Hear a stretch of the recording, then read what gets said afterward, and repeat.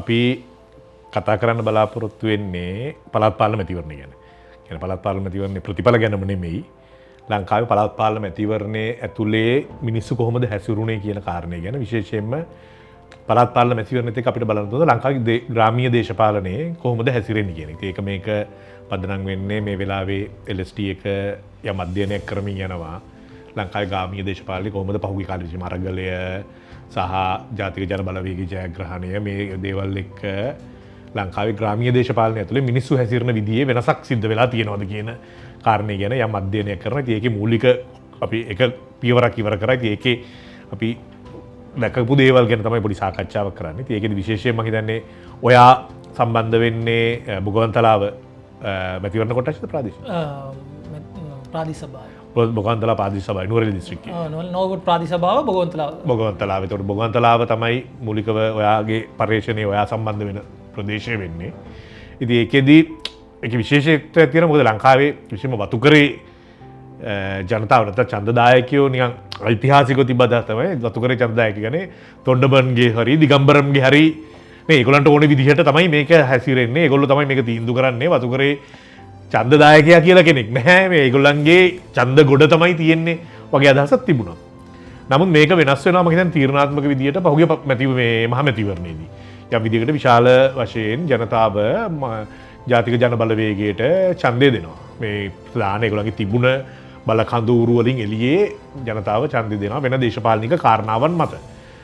ඉතින් එතකොට හැබැයි ඊට පස්සේ තමයි එන්නේ පළාත් පාලන මැතිවරණය. පළාත් පාලන මැතිවරණයේදී අපි ඔයා දැකපු දේවල් අනුව දැන් මම හිතන්නේ මහා මැතිවරණයේදී මිනිස්සු ගොඩක් හිතුවා NPP එකේ ප්‍රතිපත්ති ගැන හිතුවා, අනුර ගැන හිතුවා, ඒකේ වංචාව දූෂණය සම්බන්ධ කාරණා ගැන හිතලා තමයි ඡන්දෙ දුන්නේ.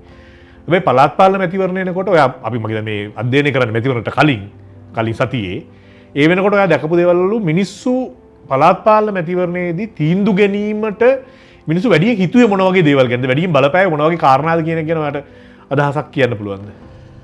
ඔව් සමන්. දැන් අපි පළාත් පාලන මැතිවරණයේ ඡන්ද දාන්න කලින් ඡන්දදායක මොනව හිතලාද නැත්නම් එයා මොනව පදනම් කරලා ඡන්ද දානවද කියන එක කතා කරන කලින් අපි පොඩ්ඩක් බලන්න ඕනේ. කියන්නේ මේ මලයක ජනතාව නැත්නම් මේ අපි කියන්නේ වතුකරේ කියනම තමයි මලයක ජනතාව වැඩිම ඉන්න ඒ ප්‍රදේශයේ දේශපාලනය කියන්නේ කොහොමද කියලා. ඒක ලංකාවේ අනිත් ප්‍රදේශින් දේශපාලනය නම් ගොඩක්ම වෙනස්.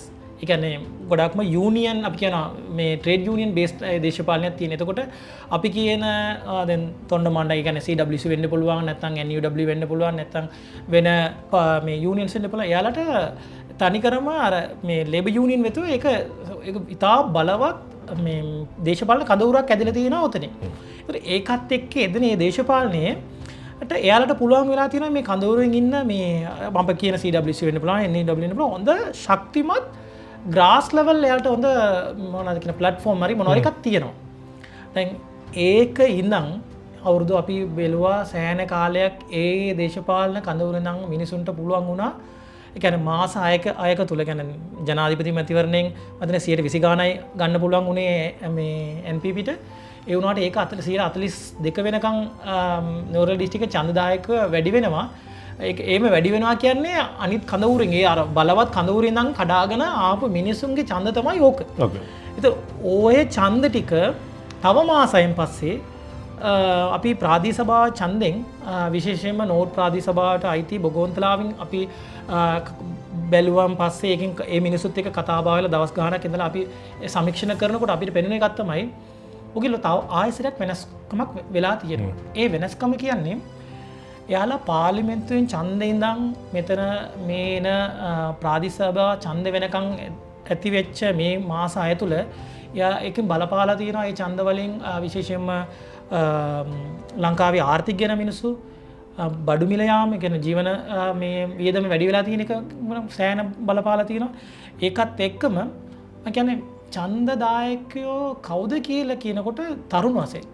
ඒ තරුණ සෙට් එකේ මතය පොඩි වෙනසීමක් වෙලා තියෙනවා. දැන් මම ඊට ප්‍රාදේශ සභාවෙන් අපි කලින් ගියේ දැන් ඡන්දෙන් පස්සේ එකකින් අපිට පුළුවන් NPP එකකින් ඡන්ද එයාලා ආරන් තියෙනවා ආසන 8ක්. ඒ වගේම සජපරන් තියෙනවා ආසන 7ක් සජප නෙවෙයි CWC ආසන 7ක් සොන සජප 5ක් කරන් තියෙනවා තව පක්ෂ දෙකකින් මං කියන්නේ එකක් හෝ දෙකක් එහෙම අරන් තියෙනවා එතකොට පොඩි ඉන්බැලන්ස් එකක් වෙලා තියෙනකනක දිනලා තිබෙන පිළි දින්නට යාලට තනියම මේක හදා ගන්න බැරි වෙනවා. ඒතර ඒක කොහොමද උනේ? අපි කලින් ප්‍රාදේශීය සභාව දෙකන ඒක ඒ බලය අරන් තියලා තියෙන්නේ CWC. මේ සැරේත් යාලා කියන සෑහෙන කිට්ටුවට එක ආසනෙන් තමයි පෙරදිලා තියෙන්නේ. එතකොට ඒ අපි මාසයන් තුලින් අර ගියේ ඡන්ද ටික ආයෙ කොහොමද යාලට ගන්න පුළුවන් වුනේ කියලා අපි බලනකොට ඒක තියෙන්නේ ඒක තමයි ඒක මිනිස්සු ඒක කීප විදිහ ලස්සනයි. ඒ කියන්නේ යාලා කියනවා බඩ පෙන්නලා දැන් ලංකාවේ මිනිසුන්ට නැත්තම් NPP වෙන්න පුළුවන් ඕනේ යාලට දෙනම දර්ශනයක් තියෙන්න පුළුවන් නේ. ඒ දර්ශන තුලේ තියෙන මාර ලොකු වෙනස්කමක්. ඒ වුණාට මේ වතු වලින් මේ අපි කියන මලයේ ජනතාව වතු වලින් වැඩ කරන මිනිසුන්ට ලොකුම චැලෙන්ජ් එකක් තියෙන්නේ එදිනෙදා දරුවන්ට කන්න දීලා Tamanට කණ එකනේ. ඒතර පොඩි චූටි පඩියකින් මේ මිනිස්සු ජීවත් වෙනවා. ඒතර මේ මිනිසුන්ට අවශ්‍යලා තියෙන්නේ අර ලයිව්ලිහුඩ් දෙකින් ඇති වෙන ඒ ලයිව්ලිහුඩ් තමයි එකම ලයිව්ලිහුඩ් එකකින් ඒ නිරත වෙන මිනිසුන්ට ලොකුම චැලෙන්ජ් එකක් කරලා තියෙන්නේ ඒක රැක ගන්න හා ඒකත් එක්ක ප්‍රශ්න ටික විසඳ ගන්න එක තමයි මුලින්ම තියෙන එක. දැන් අපිට පහර අදනද ඒට වඩා තියෙන එක අරක. ඒතර උදාහරණ මම කියන්නම් දැන් වත්තේ දැන් එමෙ දාම මොනවාරි අපි කියන විදිහට මිනිසුන්ට ප්‍රශ්න සෑහෙන ප්‍රශ්න එනවා. ඒ ප්‍රශ්න වලට කවුද මෙදියත් වෙන්නේ? ඒ මෙදියත් වෙනකොට කොහොමද මිනිසුන්ගේ පැත්තේ මේ ලේබල් එකේ පැත්ත ගන්නකොට ඊට පස්සේ මිනිසුන්ට තියෙන ලායම් වලින් පොඩි ගෙවල් පොඩ්ඩක් තව ටිකක් ලොකු කරන එක ටොයිලට් එකක් හදන එක යාලගේ සාමාන්‍යයෙන් මේ වැඩපිළිවෙල ටික කරන එක අලුතින් ඉඩමක් ගන්න එක නැත්නම් අලුත් ගෙවල් ඒ වගේ අර මිනිසුන්ට එදිනදා ජීවත් එක්ක වෙන දේවල් වලට මෙදියත් වෙලා ඒ ප්‍රශ්න ටික විසඳලා දීලා ඒ මිනිසුන්ගේ පැත්තේ ගන්නේ කවුද? එතන බලවතා කවුද කියන එක තමයි මම හිතන්නේ මෙතන මේ ඡන්දෙන් තීරණය ගත මේ කරුණක් කියලා මම බලන්නේ. විශේෂයෙන්ම අපි මේ නෝවෝඩ් ප්‍රාදේශීය ඡන්ද ටික පොඩ්ඩක් ඇනලයිස් කරා නම් වතු වලින් විශේෂයෙන්ම ප්ලාන්ටේෂන් වලින් වැඩ කරන මිනිස්සු යූනියන් බේස්ඩ් ඉන්න ඒ වතු වලින් සෑහෙන දිනලා තියෙනවා සජපයි මේ CWC. එතකොට NPP දෙනපු ටික පොඩ්ඩක් බලුවා නම් ඒවා වැඩිම නගර පදන ඡන්ද තමයි යාලේ පෙට්ටිය වල දාලා ඡන්ද ඉවිල්ලා තියෙන. ඒ කියන්නේ තරුණය මේ වෙන වැඩවල නිරත වෙන මිනිස්සු NPP වලට ඡන්ද දෙන්න කැමති වෙලා තියෙනවා. මම කියන්නේ NPP ටත් ලොකු අපිට පරාදයක් කියලා කියන්න බෑ. හේතුව කලින් ආණ්ඩුවේ මොකුත් නැතුව කලින් සභාවේ මොකුත් නෑ. ඒවට දෙන්න යාලා දිනලා තියෙනවා. අටක් දිනලා. ඒ වුණාට අපි බලන්න ඕනේ අනිත් පැත්තේ ඉන්න මිනිස්සු කවුද කියන එක. එතකොට එයාලාට NPP ට චැලෙන්ජ් කරන්න පුළුවන් වෙලා තියෙනවා තවමත්. ඒ වුණාට එයාලගේ බලේ ලොකු අඩුවීමක් නෑ. ඒ කියන්නේ එයාලා සෑහෙන කිට්ටුවට එවිල්ලා තියෙන්නේ. එතකොට මිනිස්සුගේ සාමාන්‍යයෙන් එන ප්‍රශ්නවලට එයාලගේ එදිනෙදා ජීවත් වෙන වලට මම හිතන්නේ ඉස්සරහට කවුද උත්තරයක් දෙන්නේ කියන එක මිනිස්සු සෑහෙන බලනවා. දැන් එයාලා අපි දෙමළෙන් කියනවා. ඒ කියන්නේ එයාලා කිව්වා අපි වෙනුවෙන් කවුද කියන එක තමයි එයාගේ ප්‍රශ්නේ. අපි වෙනුවෙන් කවුද? එයා කවුද කියන ඔයනකොට එතන ඉන්නේ ඔක්කොම අර ගමේ ඉන්න එම්මදාම බලපු අර පරණ මූණ ටික තමයි ඉන්නේ. දැන් NPP දාපු ඔක්කොම අලුත් දේශපාලන මූණක්. එතකොට ලොකු චැලෙන්ජ් එකක් තියෙනවා අර තරම් කරපු මූණ වලටත් අර පරණ මූණ වලට ගහනවා කියන සෑහෙන ප්‍රශ්නක් තියෙනවා. දැන් අර ඔයා කිව්වාගේ දැන් කියන්නේ ඒගොල්ලන්ගේ ජීවිතයේ විශේෂම වතු වල වැඩ කරන ප්‍රජාවගේ ප්‍රධාන තියෙන ඒගොල්ලෝ කොහොමද තමන්ගේ රැකියාවත් එක්ක ගනුදෙනු කරන්නේ වත්තත් එක්ක තමන්ගේ රැකියාවේ ප්‍රශ්න විසඳගන්නේ. ඒකෙදි යූනියන් එක ලොකු රෝල් එකක් ප්ලේ කරනවා. ඒතකොට යූනියන් වල බලය තියෙන තාම අරගොල්ලෝ අතේ. ඒතකොට මිනිස්සුන්ට හැමතිස්සෙම මේ තමන් අර කිව්වාගේ තමන් ළඟ ඉන්න මිනිහා කියලා පේන්නේ යූනියන් එකේ මනුස්සයෙක්. ඒතකොට ඒගොල්ලන්ට මේ පොඩි ඡන්දකදී අර ලොකු ඡන්දෙදී ජාතික දේශපාලනය ගැන හිතුවත් මේ වගේ ඡන්දකදී තමන්ගේ ළඟ ඉන්න මිනිහා අවශ්‍ය වෙනවා. ඒ මනුස්සයා ඒක තමයි වැඩ කරන්නේ. ඒක ප්‍රධාන එකක්. ඒ වුණාට මේ අනිත් පැත්තේ දැන් අපි දැන් කොහොමද ඒක විවිධයි. කියන්නේ දැන් වත්තේ වැඩ කරන අම්මත් එක්ක කතා කරනකොට මේක තමයි යාගේ උත්තරේ. ඒ ගෙදර ඉන්න තව තරුණ කවුරු හරි කතා කරනකොට එයාගේ ප්‍රශ්නේ ඊට වඩා පොඩ්ඩක් එයා ගිලත. එයා කියන එකක් තමයි ඉඩම් ප්‍රශ්න. ගෙවල් ප්‍රශ්න. තමන්ගේ ගෙදර පෙන්නනවා මේ කොහොමද මේකෙන් ජීවත් වෙන්නේ කියන එක. එතකොට එයාගේ තවමත් ඒ වගේ අයගේ බලාපොරොත්තුව තියෙන්නේ දැන් තියෙන ආණ්ඩුවත් එක්ක. මම කියන්නේ එයාට තාමත් බලාපොරොත්තු වෙනවා මේ ලොකු වෙනසක් මෙයාලට කරන්න පුළුවන් කියලා. මම හිතන්නේ මේ මාස 6 තුළ ලොකු වෙනසක් උනේ නෑ. ඒ වුණාට එයාලා කියන්නේ NPP 8ක් ගන්නවා කියන්නේ සෑහෙන දිනුවක්. කියන්නේ ඒ බලාපොරොත්තු වෙච්ච අයගේ තමයි ඕක. අර ජාතික මට්ටමේ තමන්ගේ අර වතු ආර්ථික එයා ගිහිල්ලා තමන්ගේ ලයිව්ලිහුඩ් වෙන්න පුළුවන් සමාජ ආර්ථික සෞඛ්‍ය සම්බන්ධයෙන් ලොකු වෙනසක් ලංකාවේ අනිත් මිනිස්සු වගේ තමන් ජීවත් වෙන්න ඒ පරිසරයක් හදන්න පුළුවන් මේ ආණ්ඩුවට කියන විශ්වාස කරන අයගේ ඡන්දෙකුත් අතන තියෙනවා සෑහෙන. ඒක ඔයා කියන්නේ වඩා තරුණ සහ බඩ නගරබදෝ ජීවත් වෙන අයගේ තමයි මේ විශ්වාසය තියෙන්නේ. සතේන වතුවලින් තරුණ අයගේ විශේෂම වතුවලින් ඉන්න තරුණ අයගේ දැන් සමහර දැන් අපි එක අම්ම කෙනෙක් කිව්වා දැන් ප්‍රතිපදින එයාට එක යූනියන් එයාගේ ජීවිතයේ මේ එක විතර එයාලා තියෙනවා. එයාට මං කිව්වා මේ දෙන් ඉන්න ආණ්ඩුව ගැන වාඩම නෑ මං ඒක දන්නේ නැහැ කියනවා. ඒක මගේ ජීවිතේම තියෙන බැඳීම වෙලා තියෙන මේ හේතුව මේ යූනියන් තමයි මගේ ප්‍රශ්නවලට මෙච්චර කල් උත්තර දීලා තියෙන්නේ. එයා තමයි මගේ පිටිපස්සේ ඉඳලා තියෙන්නේ. කිසිම ආණ්ඩුවක් නෙවෙයි කියන එක. එතකොට මම කියන්නේ ඒ ජන ජීවිතයත් එක්ක තමයි අර ඡන්ද කාට දෙන්නේ කියන එක මම හිතන්නේ වත්තේ විශේෂයෙන් පාදනම් වෙනවා. ඒ කියන්නේ ඒතකොට දැන් ජාතික ජන බලවේගයට තාමත් ජාතික ආණ්ඩුව වගේ දේවල් බලය ගත්තට ඔය යූනියන් වගේ දේවල් වලට බලය තාම ගන්න බැරි වෙලා තියෙනවද ඔය කියන්නේ? ඔව් බලය ගන්න බැරි වෙලා තියෙනවා. මම කියන්නේ මගේ උත්තරේ මේකට මේ එතකොට NPP ගිහිල්ලා යූනියන් කරන්න ඕනේද කියන එක. මම කියන්නේ NPP යූනියන් කරන්නට වඩා NPPට මම කියන්නේ ඒම වැඩක් කරන වඩා තියෙන ප්‍රශ්නක් තමයි මම කියන්නේ ඒකට වඩා හොඳ වැඩක් තමයි NPPට පුළුවන් වෙන්න ඕනේ NPP පක්ෂයක් විදිහට රටේ බලයක් තියෙන ආණ්ඩුවක් හදන විස්තාව බලයක් තියෙන ආණ්ඩුවක් විදිහට ඒ මිනිසුන්ගේ එදිනදා ප්‍රශ්න හා දීර්ඝකාලික ප්‍රශ්න ටිකට විසඳුමක් දෙන්න පුළුවන් නම් මම හිතන්නේ NPPට අර අනිත් මේ යූනියන් බේස් මේ පොලිටික් එක ඒකම එයාලා කරන්න ඕනේ නෑ.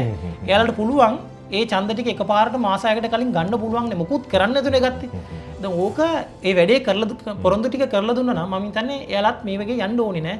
වෙනම දේශපාලන මොකද්ද පොලොවක් හදන්න පුළුවන් මේ වතුකරෙත් අපි. ඒ කියන්නේ සරලව කිව්වොත් මේක අතට යූනියන් සහ ඒ ඇතුලේ තියෙන බලාපොරොත්තු තියෙන මේ ක්‍රමය මෙහෙමම ගෙන යෑම ඇතුලේ කොහොමද අපි වඩා ජීවත් වෙන්නේ කියන එක. ඊට අමතරව තව විශ්වාසය තියෙනවා මේ ක්‍රමයට වඩා වෙන ක්‍රමයක් අපිට හදන්න පුළුවන් කියන එක. මම හිතන්නේ NPP එක මත විශ්වාස තිබු විශේෂ තරුණ පරම්පරාවේ තියෙන මේ වෙන ක්‍රමයක් හැදීම. නමුත් මේ ක්‍රමය මිනිසුන්ට වැදගත්. හෙට අද එදිනදා ජීවිතේදීනේ. ඉතින් සමහරවිට මම හිතන්නේ අපිට හුඟක් තැන් වලින් දකින්න කාරණේ තමයි ග්‍රාමීය දේශපාලනය ඇතුළේ මිනිස්සු විසින් ප්‍රාදේශීය සභාවක් වගේ එකක් ඇතුළේ ප්‍රාදේශීය සභා ඡන්දකදී වගේ මිනිස්සු බලනවා තමගේ එදිනදා ජීවිතේට නේ එදිනදා ජීවිතේ විසඳුම් ප්‍රශ්න වලට විසඳුම් දෙන්නේ කවුද? නේ ප්‍රාදේශීය සභාවට ඡන්ද දීලා වැඩක් නැහැ ඉඩම් අයිතිය ගන්න. ප්‍රාදේශීය සභාවට ඡන්ද දෙන්න වෙන්නේ තමගේ ජීවිතේ එදිනදා ඇතුළේ. ඒකෙදි මිනිස්සු තව දුරටත් ග්‍රාමීය දේශපාලනය ඇතුළේ මේ ඡන්ද දෙන්න නැවත පැහැදිලි වෙන්නේ මිනිස්සු තමන්ගේ කිට්ටුවෙන් ඉන්න තමන්ට එදිනෙදා වැඩක් කරගන්න අවශ්‍ය බල සම්බන්ධතාවය පවත්වාගෙන යන්න අවශ්‍ය අයට තාමත් ඒ බලය යම් විදිහට සමහර තැන්වල වෙනස් වෙලා තියෙනවා. නමුත් යම් තැන්වල ඒ බලය තාම හැමෝම තියෙනවා. අර අඳුරන මූණවල් කියන අර වචනේ ඉතාල වැදගත් මෙතනින් මාර විදිහට ඒක වැඩ කරලා තියෙනවා. දැන් අපි කියන දැන් ආණ්ඩුවෙන් මාර ලොකු ජනාධිපති පාර්ලිමේන්තු එක පක්ෂයක ඉන්නකොට තව පක්ෂයක වැඩිම ඡන්දයක එතන යාළුට ප්ලේ කරන්න පුළුවන් කියන එක මම කියන වෙනම ඒක දේශපාලන වැඩක් උතන වෙලා තියෙන්නේ. ඒක තමයි ප්‍රධාන එකනේ. අඳුරන මූදවල් අවශ්‍යයි මිනිස්සුන්ට. ඒ කියන්නේ පාර්ලිමේන්තුවට වඩා මෙතන. මෙතන දැන් මෙයා කියන එක තමයි දැන් ඒ මූණවල් දැන් එක කොට්ටාස ක්‍රමනේ ඒකින්ද එයා එම ගෙදරටම යනවා. දැන් පාර්ලිමේන්තු ඡන්දය ඒක අපිට දකින්න බෑ. මේ එම ගෙදරටම යනවා මේ මෙක්කෙනාව දන්නවා කතා කරනවා තනියම කතා කරනවා මේ මිනිසුන්ට වැඩක් කරන්න පුළුවන් වෙලා තියෙනවා. ඒක ඔක්කොමත් එක්ක අර දැන් තරම් කරන දෙන්නත් යූනියන් එතකොට ගමේ යූනියන්ස් තියෙනවා. යූනියන් තලෙවර්ලා ඉන්නවා. ඒ තලෙවර්ලා ගමේ මිනිස්සුත් කතා කරනවා මිනිස්සුව කලෙක්ට් කරලා වැඩේ අරගෙන යනවා. මතන එතන ලොකු පාඩුවක් තියෙනවා අර පැත්තට අරයට ඒම සිස්ටම් එකක් නැහැ නේ තාම. ගමේ දේශපාලනේ තාම අඳුරන මූණවල් වැඩ කරනවා.